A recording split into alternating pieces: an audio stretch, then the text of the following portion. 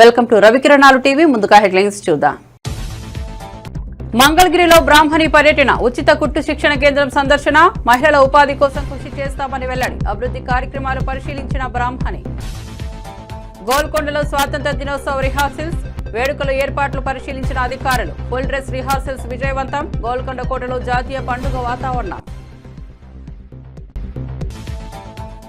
TDP నేతలపై తీవ్ర విమర్శలు చేసిన జగన్. టీడీపీ నేతలు శాంతి భద్రతలకు భంగం కలిగిస్తున్నారని ఆరోపణ. గ్రామాలను పంచుకొని అరాచకాలు చేస్తున్నారని వ్యాఖ్య. ప్రజాస్వామ్యాన్ని కాపాడాలని పిలుపు. యూరియా కొరతపై హరీష్ రావు విమర్శలు. కేసీఆర్ హయాంలో ఎరువులు ఇంటికే పంపామని వెల్లడి. రైతుల ఇబ్బందులు చూసి హరీష్ ఆవేదన.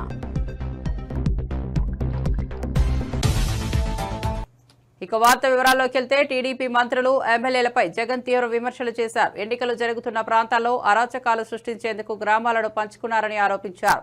పోలింగ్ బూత్లకు వైఎస్ఆర్సీపీ ఏజెంట్లు వెళ్లగానే దాడులు జరిగాయని మండిపడ్డారు. ప్రజాస్వామ్యాన్ని కాపాడాల్సిన బదులు ప్రతిపక్షం హింసాత్మక చర్యలకు పాల్పడుతోందని వ్యాఖ్యానించారు. ప్రజల ఓటు హక్కును అడ్డుకునే ప్రయత్నాలు జరుగుతున్నాయన్నారు. టీడీపీ నేతలు శాంతి భద్రతలను భంగం కలిగిస్తున్నారని విమర్శించారు. ఎన్నికల ప్రక్రియలో అడ్డంకులు సృష్టించడం ప్రజాస్వామ్య విలువలకు విరుద్ధమని, ఇలాంటి చర్యలకు తాము వెనకడుగు వేయబోమని హితవు పలికారు. అన్నిటికన్నా బాధ ఆయనతో చేతులు కలిపి అంటగాగుతా ఉన్న తన ఎల్లో మీడియా. వీరి ఎజెండా ఏమిటి అని అంటే ప్రజలకు మంచి చేయడం కాదు, డెమోక్రసీని కాపాడడం కాదు, ప్రజలకు పాలకులు మోసం చేస్తే వాటిని ప్రశ్నించడం కాదు, దోచుకో పంచుకో తినుకోలో అందరూ భాగస్వాములు కావడం. ఇది వారి ఎజెండా. సిగ్గుపడాలి నిజంగా ప్రజాస్వామ్యం అంతా కూడా. ఈరోజు ఎంత దారుణంగా వీళ్ళు ఎన్నికలు చేశారు, ప్రజాస్వామ్యాన్ని ఎంత దారుణంగా వీళ్ళు కూని చేశారన్నది ఈ రెండు ఎన్నికలు ఉదాహరణగా నిలబడతాయి. నేను కొన్ని సన్నివేశాలు చెప్పుకుంటూ పోతాను, సో దట్ అసలు ఎన్నిక అనేది ఎలా జరిగింది అన్నది కూడా రాష్ట్ర ప్రజలందరికీ కూడా అవగాహన అన్నది వస్తుంది. బందిపోటు దొంగలు ఉంటారు చూసినారా, డెకాయిట్స్.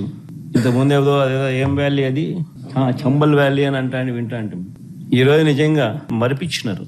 బందిపోట్లకు మించి చంద్రబాబు నిన్న పులివెందుల రూరల్ జెడ్పీటీసీ ఓట్లను దౌర్జన్యంగా వేసుకున్నాడు. సాక్షాత్తు పోలీసులు దాన్ని దగ్గరుండి ప్రోత్సహించారు. నేను చంద్రబాబు గారిని ఛాలెంజ్ చేస్తా ఉన్నా, అయ్యా చంద్రబాబు గారు, మీ పరిపాలన మీద నీకు నమ్మకం ఉంటే, మీరు మంచి చేశారు ప్రజలకు అన్న విశ్వాసం మీలో ఉంటే, ప్రజలు మీకు ఓటు వేస్తారు అన్న నమ్మకం మీకుంటే ప్రజాస్వామ్యబద్ధంగా ఎన్నికలు జరిపించండి. మీకు ఆ నమ్మకం లేదు కాబట్టి, మీరు ప్రజలకు చేసిన మంచి ఏది లేదు కాబట్టి, సూపర్ 6 సూపర్ 7 అన్నింటా మీరు మోసమే చేశారు కాబట్టి, మీ పాలన అంతా కూడా రాక్షస పాలన కాబట్టి, ప్రజలు మీకు ఓట్లేసే పరిస్థితి లేదు కాబట్టి ఇంత విచ్చలవిడిగా ప్రజాస్వామ్యాన్ని కూని చేస్తా ఉన్నారు. లిక్కర్ కేసులో ఎంపీ మిథున్ రెడ్డిని విజయవాడ ఏసీబీ కోర్టులో పోలీసులు హాజరుపరిచారు. కేసు విచారణలో భాగంగా ఆయన న్యాయమూర్తి ఎదుట హాజరు చేశారు. విచారణ అనంతరం కోర్టు మరిన్ని వివరాలు తెలుసుకునే దిశగా తదుపరి విచారణ తేదీని నిర్ణయించింది. కేసు నేపథ్యంపై రాష్ట్ర వ్యాప్తంగా చర్చ నడుస్తోంది.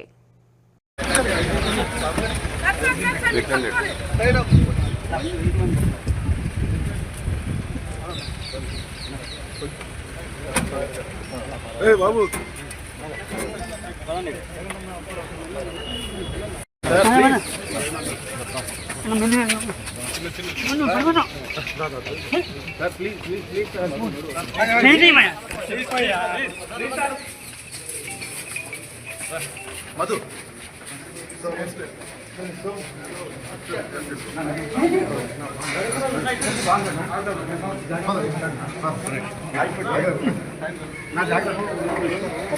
అమరావతిలో అత్యాధునిక క్యాన్సర్ కేర్ క్యాంపస్ ను ఏర్పాటు చేయనుంది. తుళ్లూరు సమీపంలో భూమి పూజలు హిందూపురం ఎమ్మెల్యే నందమూరి బాలకృష్ణ నిర్వహించారు. ఈ కార్యక్రమంలో నారా బ్రాహ్మణి, మంత్రులు నారాయణ, సత్యకుమార్ యాదవ్, ఎంపీ కేశినేని చిన్ని, టీడీపీ నేతలు, అధికారులు పాల్గొన్నారు. అత్యాధునిక సదుపాయాలతో క్యాన్సర్ చికిత్స అందించేందుకు ఈ ప్రాజెక్టు రూపుదిద్దుకుంటోంది. చాలా సుదినం, ఎందుకంటే చూస్తున్నారు వాతావరణం కూడా ఎలా ఉందో. రాత్రి కుంభవృష్టి అన్నారు, ఇవాళ జరుగుతుంది.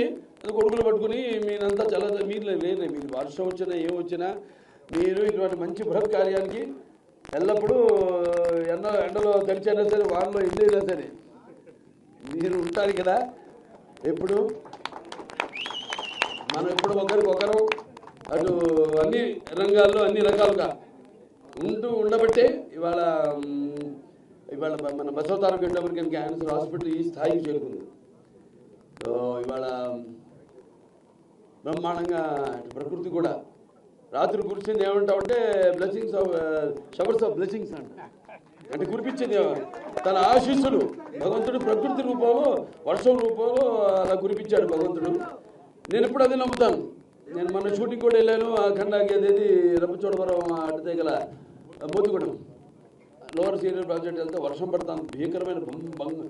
భయంకరమైన వర్షం.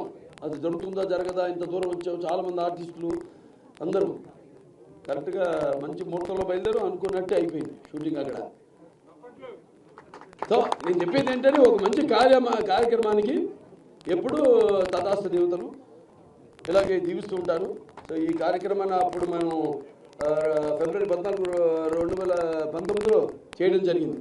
ఆ తర్వాత సరే ఒక అంధకారమైన కొంతకాలంలో మనం గడపాల్సి వచ్చింది.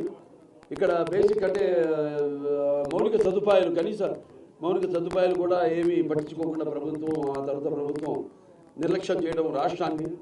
అలాగే ఇంత మంచి ఒక బ్రహ్మాండమైన హాస్పిటల్ ముందుకు వస్తే అసలు ఆరోగ్యం దేని గురించి కూడా ప్రజల గురించి పట్టించుకోకపోవడం వల్ల ఇలా ఆసుపత్రిని తాత్కాలికంగా ఆపాల్సి వచ్చింది. తర్వాత తిరిగి తెలుగుదేశం ప్రభుత్వం వచ్చింది. అలాగే మన ప్రియతమ ముఖ్యమంత్రి వర్యులు నారా చంద్రబాబు నాయుడు గారి దృష్టి అంతా కూడా మన ఆరోగ్యం, పేదల సంక్షేమం ఏదైతే నాన్నగారు ఉన్నారో ప్రజల దేవుడు సమాజం. సిద్దిపేట రూరల్ మండలం రాఘవపూర్ వద్ద ఎరువుల కోసం క్యూలో నిలబడ్డ రైతులను చూసి మాజీ మంత్రి హరీష్ రావు ఆగారు. కేంద్ర రాష్ట్ర ప్రభుత్వాల వైఫల్యంతో 10 ఏళ్లలో లేని యూరియా కొరత వచ్చిందని విమర్శించారు. కేసీఆర్ హయాంలో ఎరువులు ఇంటికే పంపించామని గుర్తు చేశారు. అధికారులు పట్టించుకోక రైతులు ఉదయం నుంచి ఇబ్బందులు పడుతున్నారని ఆవేదన వ్యక్తం చేశారు.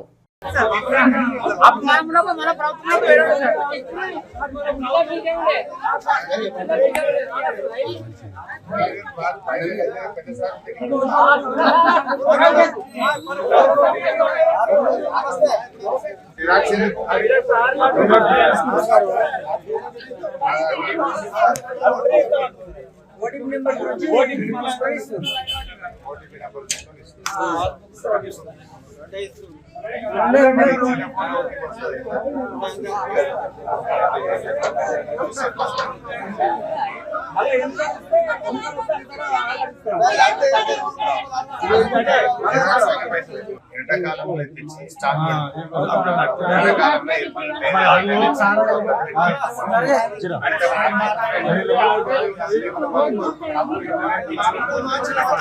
స్టాక్ లేక అది ఆడికెళ్ళి వచ్చే వరకు అందుతలేదు. ముందు పద్ధతి కొత్త పద్ధతి కాదు, ఎక్కడ చేసినట్టు తెచ్చిపెట్టుకోవచ్చు. మనకి సార్ ఏం చేసినట్టు ఎండాకాలం తెచ్చిపెట్టుకుంటారు.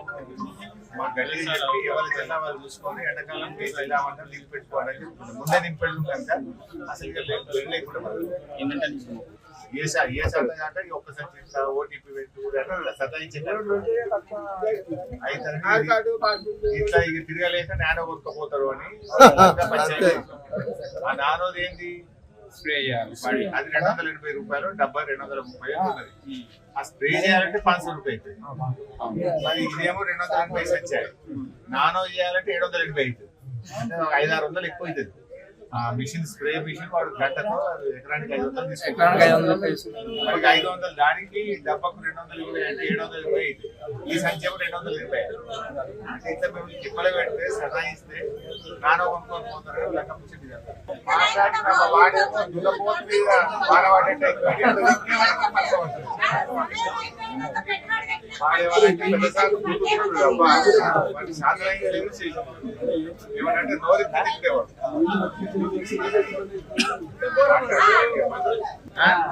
ఎన్ని ఇస్తావు? 2, 3, 1?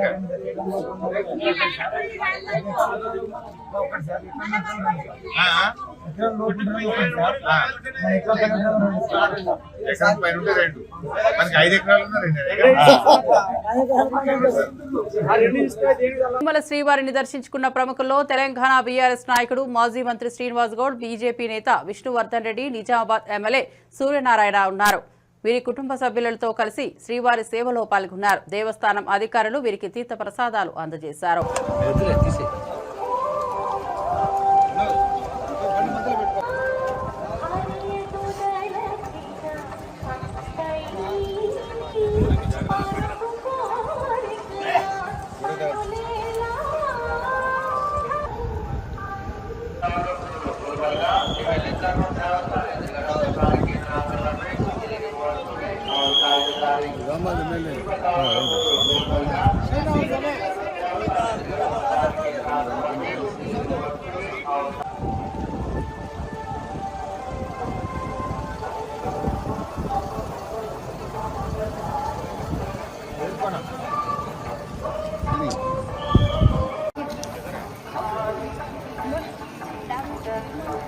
కెమెరా ఫోటో పంపిస్తే బాగుంటుందేమో. అదే పంపి.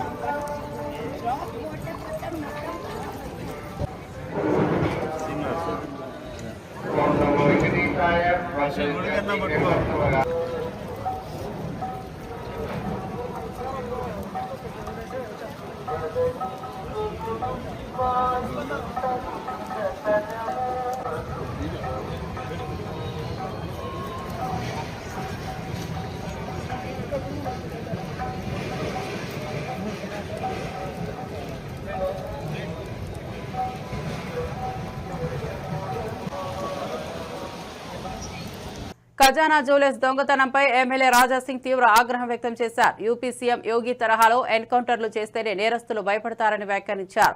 తెలంగాణలో క్రైమ్ను అరికట్టాలంటే తప్పిదాలకు వెంటనే చర్యలు తీసుకోవాలని సూచించారు.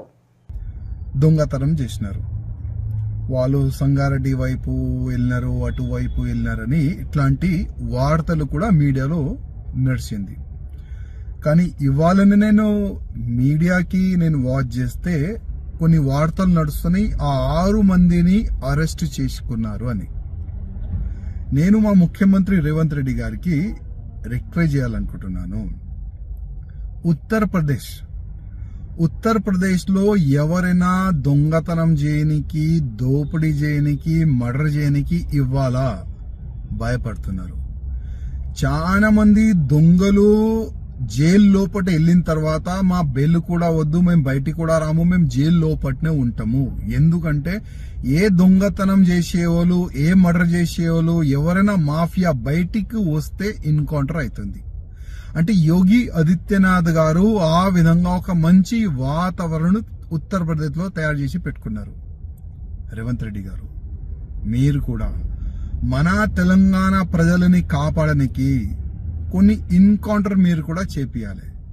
ఇప్పుడు నిన్న ఆ ఖజానా జ్యువెలర్స్ షాప్ లో దొంగతనం చేయనికి వచ్చిన తర్వాత వాళ్ళు కాల్పులు కూడా జరిపినారు.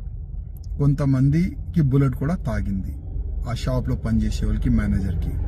ఒకవేళ చనిపోతే, ఇంకా జనాల పైన వాళ్ళు ఫైర్ చేస్తే ఏమయ్యేది? కొద్దిగా ఆలోచన చేయాలి. అందుకోసం తెలంగాణలో కూడా ఒక భయం అట్లాంటి వాతావరణం క్రియేట్ కావాలి. ఎవరైనా వేరే రాష్ట్రంలో ఉన్న దొంగలు తెలంగాణకి దొంగతనం చేయనికి రావాలంటే ఒక భయం పుట్టాలి. తెలంగాణలో దొంగతనం చేయనికి మనం పోతే అక్కడ ఎన్కౌంటర్ చేస్తారు పోలీసులు. ఆ విధంగా ఒక భయం పుట్టాలంటే మీరు కొద్దిగా యోగి ఆదిత్యనాథ్ గారు ఇష్టాల్లో వెళ్తేనే ఆ దొంగలకి. సచివాలయంలో జిల్లాలు, మండలాలు, గ్రామాల పేర్లు, సరిహద్దుల మార్పులపై మంత్రుల బృందం భేటీ అయింది. సెప్టెంబర్ 15 నాటికి తుది నివేదిక ఇవ్వాలని నిర్ణయించారు. ఆగస్టు 29, 30 తేదీల్లో ఉమ్మడి 13 జిల్లా కేంద్రాల్లో పర్యటించి ప్రజల అభిప్రాయాలు సేకరించనున్నారు.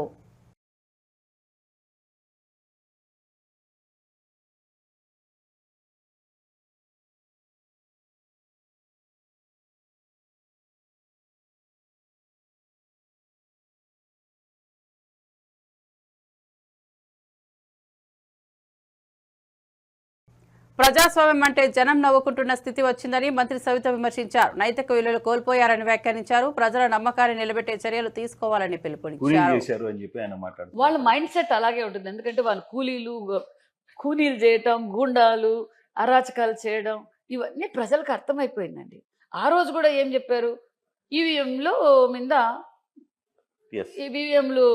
మోసం చేశారు, ఈవీఎంల మీద మోసం చేశారన్నారు. ఇప్పుడేమో ఈవీఎంలు మోసం చేశారన్నారు. ఇప్పుడేమో బ్యాలెట్ రిగ్గింగ్ చేసుకున్నానన్నారు. ప్రజలు మోసం చేశారని చెప్పి ఆ రోజు కూడా ఏం చేశారు చెప్పండి? వెన్నుపోటు దినోత్సవం అని చెప్పిన మూర్ఖుడు జగన్మోహన్ రెడ్డి గారు. నేను అనేది ఇప్పుడు కూడా, నిన్నటి కూడా సాక్షిలో ఏదో వచ్చింది, చంద్రబాబు నాయుడు గారి ఫోటో పెట్టి అప్రజాస్వామ్యం అని చెప్పి పెట్టారు. ఎక్కడ సాక్షి పేపర్లో గతంలో కూడా ఇలాగే నారావారి చరిత్రని చంద్రబాబు నాయుడు గారు పెద్ద కత్తి పెట్టుకొని వివేకానంద రెడ్డి గారిని హత్య చేశారని చెప్పారు. మరి ఎవరు వివేకానంద రెడ్డి గారిని హత్య చేశారు? చంద్రబాబు నాయుడు గారి క్యారెక్టర్ అదా? ఒకరిని ఆయన చెయ్యరు, ఇంకొకరిని చేయనీరు, చేస్తే ఒప్పుకోరు. అలాంటి నాయకుడు చంద్రబాబు నాయుడు గారు. మరి ఈ రోజు వీళ్ళు ప్రజాస్వామ్యం గురించి మాట్లాడడం, అసలు ప్రజలే నవ్వుకుంటున్నారు. ప్రజా సేవ్ డెమోక్రసీ ఏంటి? వీళ్ళు ఇప్పుడిప్పుడే ఈ వెంటిలేటర్ మీద ఉన్న ఈ రాష్ట్రాన్ని ఆక్సిజన్ స్థాయికి తీసుకొచ్చి ఈ రాష్ట్రాన్ని పరుగులు పెడుతున్నారు. వీళ్ళు డైవర్షన్ పాలిటిక్స్ చేస్తున్నారు. మరి సంవత్సరం నుంచి కూడా జగన్మోహన్ రెడ్డి గారు ఏ విధంగా రెచ్చగొడుతున్నారు మీరు అందరూ చూస్తున్నాం. ఒక ముఖ్యమంత్రిగా పనిచేసిన వ్యక్తి, ఒక పులివెందల ఎమ్మెల్యేగా ఎంతో బాధ్యతగా వ్యవహరించాల్సిన వ్యక్తి నరికితే తప్పే ఉంది అంటారు. ఆయన కారు కింద ఒక దళిత కార్యకర్త చనిపోతే ఈడ్చి మానవత్వం లేదు. వీళ్ళు ప్రజాస్వామ్యము, న్యాయము, చట్టము, మంచితనము, పప్ప నిన్నటి నుంచి అవినాష్ రెడ్డి గారిని, జగన్మోహన్ రెడ్డి గారి వైసీపీ పార్టీ వాళ్ళని చూడడానికి, ఆ మాటలు వినడానికి వాళ్ళ నోట్లో నుంచి రానివన్నీ వస్తున్నాయి. కానీ ఎలక్షన్స్ లో కూడా వాళ్ళు ఎక్కడ జగిత్యాలలో మంత్రులు శ్రీధర్ బాబు, అడ్లూరి లక్ష్మణ్ ను కలిసిన రైతులు చెరుకు మద్దతు ధర 350 రూపాయలకు పెంచాలని, ముత్యంపేట షుగర్ ఫ్యాక్టరీ పునః ప్రారంభించాలని కోరారు. మంత్రులు సానుకూలంగా స్పందించి త్వరలో నిర్ణయం తీసుకుంటామని హామీ ఇచ్చారు.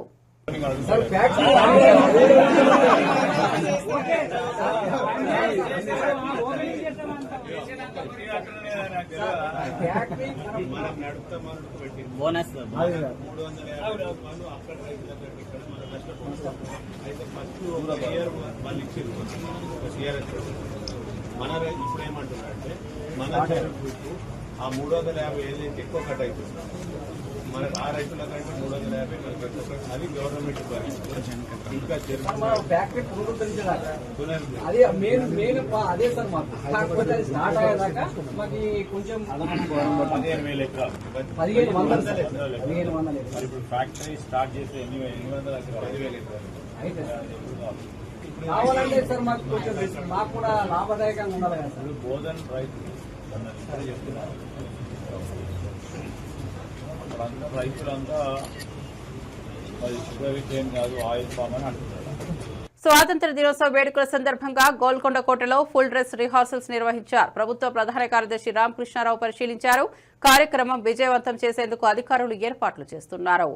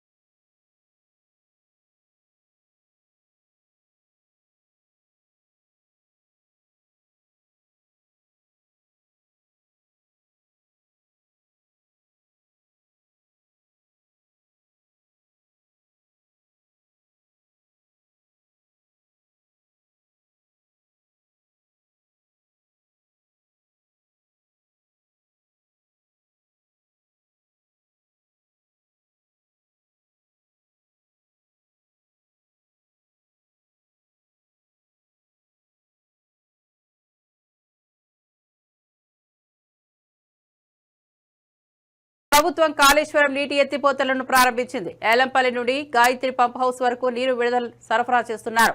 అక్కడి నుంచి మిడ్ మానేరు ప్రాజెక్టుకు నీరు తరలిస్తున్నారు. ఈ ప్రాజెక్టు ద్వారా సాగు, త్రాగునీటి అవసరాలు తీర్చనున్నారు.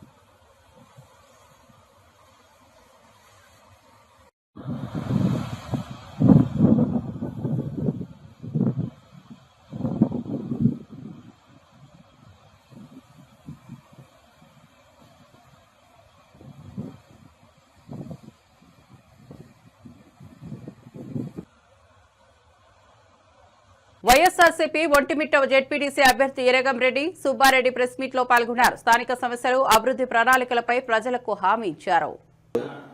ఒక 4 మంత్రులు క్యాన్వాస్, ముందు ప్రలోభాలు అయిపోయినాయి, బెదిరింపులు అయిపోయినాయి. ఎలక్షన్కి ముందు 2 రోజుల ముందు నుంచి ఎవరైతే మండలంలో గట్టిగా ఎలక్షన్ ఎదుర్కొంటారో వాళ్ళ ఇళ్లపైన దాడులు, 2 రాత్రులు పూర్తిగా దాడులు చేశారు. సుమారుగా 50-60 మంది వైఎస్ఆర్ కాంగ్రెస్ పార్టీ మంచి లీడర్ల పైన. అన్నిటికీ ఎదుర్కొని మేము ఉదయం ఎలక్షన్కు 5 గంటలకు ఏజెంట్గా అందరినీ నిలబెట్టినాం. ఎలక్షన్ ఏజెంట్లు నిలబడిన తర్వాత ఎలక్షన్ కొనసాగుతూనే మాకు ఎవరైతే కొంత ముఖ్యమైన క్యాండిడేట్లు ఉంటారో అప్పుడు వాళ్ళను లిఫ్ట్ చేయడం జరిగింది. పోలీసు వారు వచ్చి లిఫ్ట్ చేయడం జరిగింది. తర్వాత ఎలక్షన్ అయితే జరుగుతున్న ఇంచుమించు మేము 11 గంటల వరకు మేము ఎలక్షన్ రౌండ్ కొడుతూ చూసినాం. అయితే ఎస్పీ గారికి 9 గంటలకు ఒకసారి అప్పీల్ చేశాను ప్రెస్ ద్వారా. సార్, మాకు బయట మనుషులు కనిపిస్తున్నారు ప్రతి బూత్లోనూ. సుమారు నాకు తెలిసినట్లు కొంత జిల్లాలో రాయచోటికి సంబంధించిన వాళ్ళు, రాజంపేటకు సంబంధించిన వాళ్ళు ఇక్కడ బయట మనుషులు ఉన్నారు సార్. బయట మనుషులు వచ్చినప్పుడు కొంత గొడవలు జరిగే అవకాశం ఉంటుంది. దీన్ని మీరు చర్యలు తీసుకోండి సార్ అని సాక్షాత్తు కొందరు పేర్లు ఎత్తి చూపించాను అక్కడ ఉన్న పోలీస్ వారికి. ఇతను పలానా వ్యక్తి, పలానా రాయచోటికి సంబంధించి ఇతను పలానా వ్యక్తి, పలానా రాజంపేటకి సంబంధించి చెప్పినా కనీసం వాళ్ళలో చలనం కూడా లేదు. వాళ్ళను తీసుకొస్తాము ఎందుకు వచ్చారే అని అడగాల్సిన అవసరం కూడా వాళ్ళు చెప్పలేదు. ఎంతసేపు మీరు క్యాండిడేట్ 2 నిమిషాలు బూత్లో ఉండండి, బయటికి పోండి, 2 నిమిషాలు బూత్లో ఉంటానే మీ చెకింగ్ అయిపోయింది, మీరు వెళ్ళిపోమని మమ్మల్ని అంటున్నారు. కానీ పోలీస్ డిపార్ట్మెంటు మరీ దారుణంగా నిన్న దినం అయితే పోలీస్ యూనిఫామ్కే చెడపేరు వాళ్ళు చేసిన అరాచకం. 11 వరకు మేము ఎలక్షన్ ఎదుర్కొన్నాం అన్నిసార్ల. వాళ్ళెంత దౌర్జన్యం చేసినా మా కార్యకర్తలు, ప్రజలు ఓట్లేశారు. 11 గంటలకు వచ్చాడు మంత్రి రాంప్రసాద్ రెడ్డి గారు. 11 గంటలకు వచ్చిన తర్వాత చిన్న కొత్తపల్లి గ్రామానికి అటాక్ చేశాడు. సుమారు 300 మంది రౌడీలతో వచ్చాడు. 300 మంది వచ్చి అక్కడ చిన్న బూత్, అది 700 ఓట్లు ఉన్న బూత్. దాంట్లో 5 మంది ఏజెంట్లు ఉన్నారు మా పిల్లలు, రమేష్ అని, సుబ్బయ్య అని. పోవడం అందరినీ బయటికి ఈడ్చడం, వాళ్ళని విపరీతంగా కొట్టడం బయట నుంచి వచ్చిన వ్యక్తులు. ఇది చూడండి, ఒక మంత్రి సమక్షంలోనే ఏజెంట్లను ఇంత దారుణంగా కొట్టినారు. అది మొదటిగా జరిగింది. ఇది జరిగిన వెంటనే నేను అక్కడికి వెళ్ళాను. మా ఇద్దరికి వాగ్యుద్ధం జరిగింది. నన్ను బెదిరించాడు, గట్టిగా బెదిరించాడు. నేను మా పిల్లలు ఒక 3-4 ఉన్నాం. 200-300 మంది వచ్చి బెదిరించాడు. కానీ నేను అక్కడి నుంచి మళ్ళా అక్కడ ఉన్న వాళ్ళే బయటికి పంపించారు. మళ్ళీ ఒంటిమిట్టకు వచ్చి నేను హైవేలో కూర్చున్నాను. జాయింట్ కలెక్టర్ గారు వచ్చారు. జాయింట్ కలెక్టర్ ఐఏఎస్ ఆమెను పోయి రిక్వెస్ట్ చేశాను, అమ్మా ఈ విధంగా మంత్రి గారు వచ్చి కోడ్ ఉల్లంఘనమ్మా, ఇది ఇక్కడ ఓటు లేదు, రాకూడదు ఇక్కడికి ఎలక్షన్ జరిగేటప్పుడు, అయినా మంత్రి వచ్చి ఈ విధంగా బూతుల్లోకి వచ్చి రౌడీజం చేస్తున్నాడమ్మా, మీరన్నా చర్యలు తీసుకోండి, పంపిండి అని. అప్పటికి ఆయన ఇంకొక మంట పంపలేని ఇంకొక ఊరికి వెళ్ళారు. అక్కడ ఉన్న మన ఏజెంట్లను మంగళగిరి నియోజకవర్గంలో నారా బ్రాహ్మణి పలు అభివృద్ధి కార్యక్రమాలను పరిశీలించారు. కాజా గ్రామంలో ఉచిత కుట్టు శిక్షణ కేంద్రాన్ని సందర్శించి మహిళలతో ముచ్చటించారు. ఉపాధి అవకాశాలు పెంపొందించేందుకు కృషి చేస్తామని హామీ ఇచ్చారు.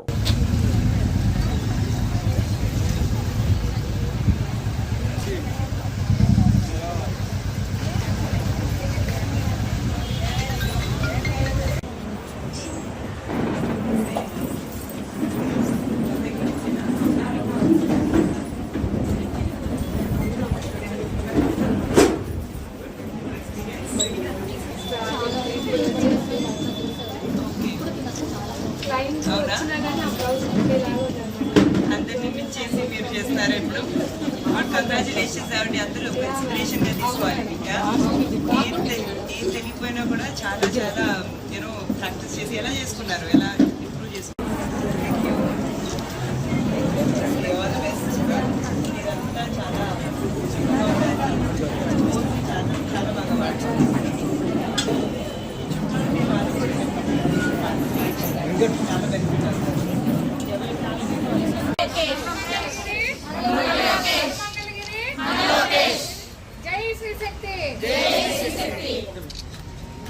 Thank you.